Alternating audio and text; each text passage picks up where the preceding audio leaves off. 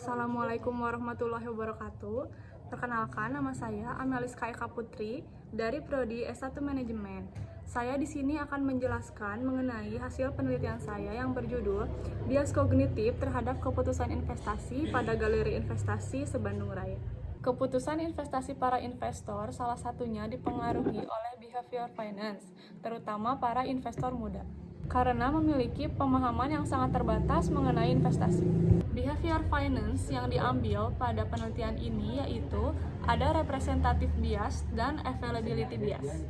Perilaku representativeness bias ini merupakan perilaku yang keterwakilan, yang dimana seorang investor tersebut hanya memperdulikan saham yang ia kenal atau saham yang ia tahu tanpa memperdulikan bahwa saham tersebut menguntungkan atau tidak.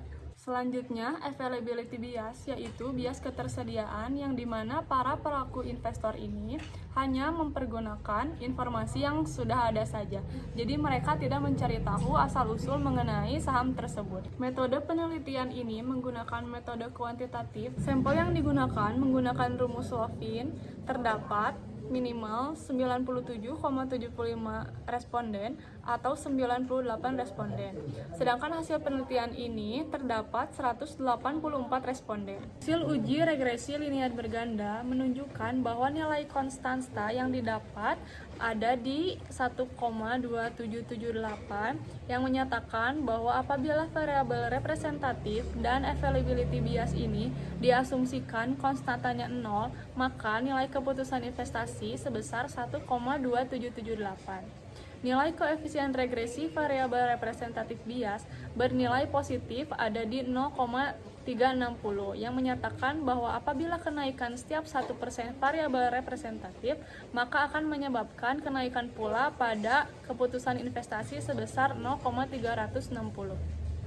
Selanjutnya, nilai koefisien regresi pada variabel availability bernilai positif sebesar 0,179, menyatakan bahwa apabila setiap kenaikan 1% variabel availability bias, maka terjadi kenaikan pula pada keputusan investasi sebesar 0,179.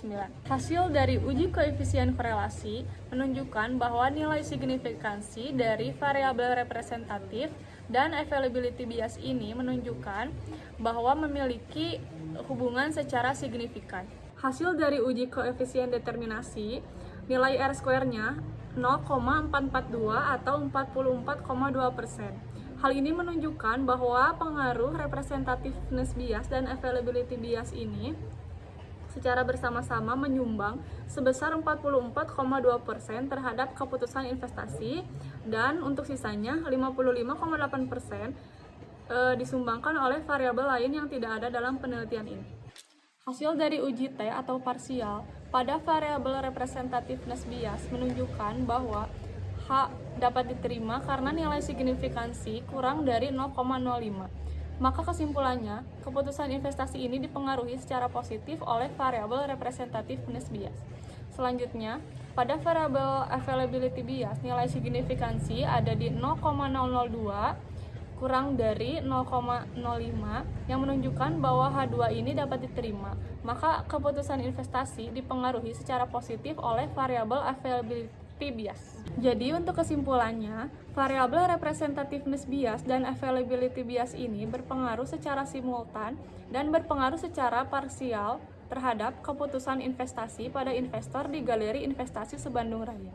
Sekian yang dapat saya sampaikan. Wabil taufik wal hidayah. Wassalamualaikum warahmatullahi wabarakatuh.